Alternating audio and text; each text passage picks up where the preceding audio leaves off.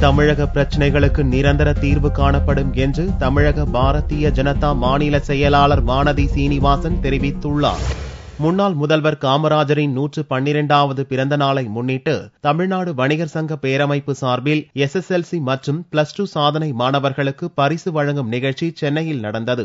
இதில் சிறப்பு விருந்தினராக தமிழக பாரதிய ஜனதா கட்சியின் செயலாளர் வானதி சீனிவாசன் கலந்து கொண்டு பரிசுகளை வழங்கினார். பின்னர் செய்தியாளர்களிடம் பேசிய வானதி சீனிவாசன், தமிழகத்தின் நீண்டகால பிரச்சினைகளான மீனவர் விவகாரம், காவிரி பிரச்சினை உள்ளிட்ட அனைத்திலும் நிரந்தர தீர்வு காணப்படும் என்றார். தமிழகத்தினுடைய குறிப்பிட்ட சில பிரச்சனைகள்னு பாத்தீங்கன்னா முல்லை பெரியாறு, காவிரி, இலங்கை தமிழர் பிரச்சனை, இம்மாதிரியான பல்வேறு பிரச்சனைகள் இது மிக நீண்ட காலமாக இருப்பவை, பல்வேறு சிக்கலுக்கு உள்ளாகி கொண்டிருக்கக்கூடிய பிரச்சனைகள். இதிலெல்லாம் மத்திய அரசாங்கம் காங்கிரஸ் அரசாங்கத்தை போலவே ஒரு நிலைப்பாட்டை எடுத்துக்கொண்டிருக்கிறது என்பது தவறாக செய்யப்படக்கூடிய பிரச்சாரம். நம்முடைய பகுதியை தாண்டி, இந்திய எல்லையை தாண்டி மீன்பிடிக்கக்கூடிய மீனவர்கள் கைது செய்யப்பட்டாலும் கூட அவர்கள் உடனடியாக விடுவிக்கப்படுவதும் நடந்து கொண்டு வருகிறது. இதற்கு ஒரு நிரந்தரமான தீர்வு ஏற்படுத்தப்பட வேண்டும் என்பதிலே நம்முடைய வெளியுறவுத்துறை அமைச்சர் திருமதி சுஷ்மா ஸ்வராஜ் அவர்களும் நம்முடைய பாரத பிரதமர் மோடி அவர்களும் இதில் உறுதியாக இருக்கிறார்கள். அதற்கான முயற்சியை தொடங்கிவிட்டார்கள்.